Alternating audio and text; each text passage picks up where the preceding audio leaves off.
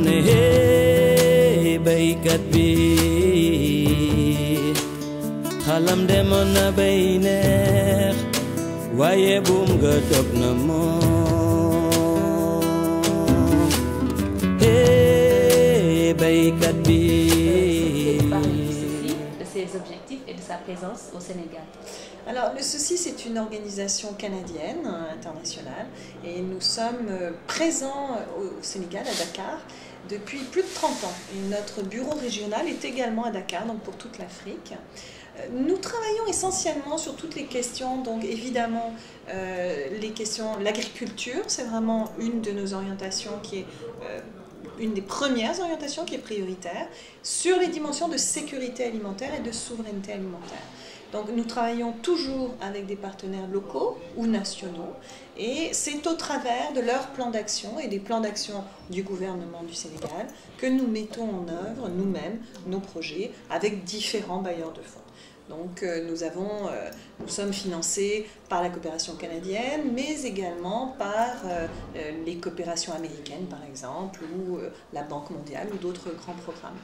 Le Souci, c'est aussi une organisation qui met en œuvre un programme de coopération. Ce programme de coopération s'appelle Uniterra, c'est un programme que nous déployons avec une autre organisation canadienne qui s'appelle l'Entraide universitaire mondiale du Canada.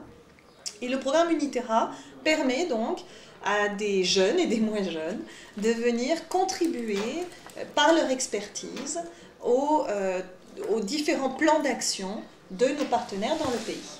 Nous travaillons sur un horizon de 5 ans, nous définissons des projets de coopération avec ces partenaires dont le CNCR, mais également l'AUMN, l'AFPA, nous travaillons également avec la FAFT, nous travaillons donc vraiment avec différentes organisations fêtières, et donc, dont le plus important est le CNCR, pour les appuyer, c'est vraiment un appui que nous apportons avec le programme de coopération, les appuyer dans leurs plans d'action respectifs. Et quelle relation entretenez-vous avec ces partenaires? On se réunit régulièrement et nous favorisons aussi la rencontre de l'ensemble de nos partenaires. Donc, parce que parfois on est pris dans nos plans d'action les uns et les autres et on a peu d'occasion d'avoir une vision un peu plus globale du travail que font les uns et les autres et d'échanger, de partager et qui sait même de monter des projets ensemble. Donc, par le fait même que nous plaçons des volontaires canadiens ou des volontaires nationaux aussi, sénégalais, auprès de ces partenaires, nous les voyons sur une base très régulière pour vraiment travailler à la mise en place des plans annuels de travail qui sont décidés avec le partenaire. Le Souci n'est pas une organisation qui se substitue, nous travaillons toujours selon les plans d'action de nos partenaires. Donc, en ce sens, c'est le partenaire qui est dans le fauteuil du conducteur et qui décide de ce qui va être réalisé avec le coopérant ou la coopérante, ou même dans certains de nos projets, puisque nous avons aussi des grands projets de développement, notamment par exemple avec la FPA, le projet Bédoundé, qui est dans la région du fleuve Saint-Louis. Nous avons également des projets en sécurité alimentaire financés par les Américains dans le nord, Matam Podor, et c'est vraiment avec nos partenaires que nous décidons des activités que nous allons réaliser. Alors, si je prends l'exemple du Nord, donc un projet en sécurité alimentaire, nous préparons actuellement déjà la campagne agricole avec les différentes exploitations familiales de villages très très marginalisés, donc dans la région de Matam Podor. Nous travaillons également à renforcer leurs capacités en matière de formation à certaines techniques agricoles. Nous avons également contribué à leur apporter des semences certifiées, donc de très bonne qualité, qui ont donné un très bon rendement d'ailleurs l'an passé dans certains secteurs. Et on travaille avec les femmes, les groupements de femmes aussi, sur toute la question du maraîchage.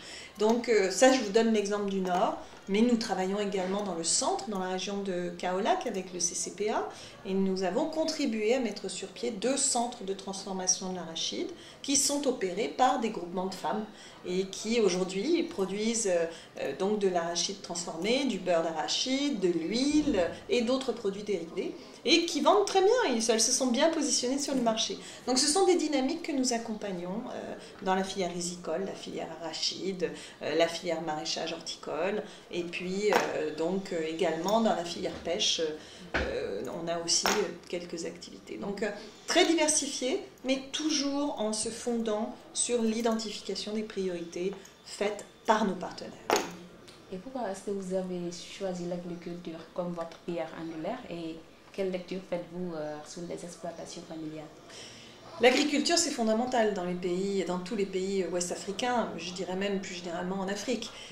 Quand on sait que plus de 80% des exploitations familiales au Sénégal ici contribuent donc à toute la production agricole du pays, eh bien, on se rend bien compte que c'est complètement fondamental. C'est une question de sécurité alimentaire, mais également de souveraineté alimentaire. L'agriculture aussi, parce que plus de 60% de la population, des emplois sont dans le domaine agricole, en milieu rural. Donc il faut accompagner ces démarches, il faut pour les jeunes certainement travailler à la professionnalisation des métiers, travailler sur la qualité des intrants, des produits, et également accompagner donc des dynamiques dans lesquelles les exploitations familiales vont pouvoir aussi mutualiser leurs besoins, de sorte à pouvoir, par exemple, avoir des espaces de conservation, des espaces de distribution, des espaces de collecte, qui sont des points où le bas blesse, on le sait, qui sont les faiblesses actuellement du monde paysan. Parce qu'on sait produire, depuis très très longtemps on produit. Alors on peut toujours améliorer, et évidemment il y a de la recherche en ce sens, mais maintenant il faut travailler à toutes les questions de transformation, de conservation et de distribution, pour vraiment développer un marché qui permette aux exploitations agricoles d'avoir des revenus, puis des revenus pas seulement sur 3 mois. Dans certaines régions, les gens ont à manger 3 mois sur 12. Le but, c'est pas d'avoir à manger 3 mois sur 12, c'est d'avoir à manger pour toute la famille 12 mois sur 12, et d'avoir des revenus suffisants pour pouvoir envoyer les enfants à l'école, pour pouvoir avoir accès à la santé, à des services de qualité, pour pouvoir également vivre décemment. Donc ça, c'est vraiment les dynamiques que nous souhaitons continuer à accompagner. Mais nous travaillons également sur toute la dimension de l'égalité entre les femmes et les hommes, ici au Sénégal. Et nous avons d'ailleurs contribué à mettre sur pied le Collège des femmes au CNCR, de même que le Collège des jeunes. Et pour nous, c'est fondamental également, puisque au ceci, on dit fréquemment, il n'y a pas d'hommes, il n'y a pas de femmes, il n'y a que des êtres humains.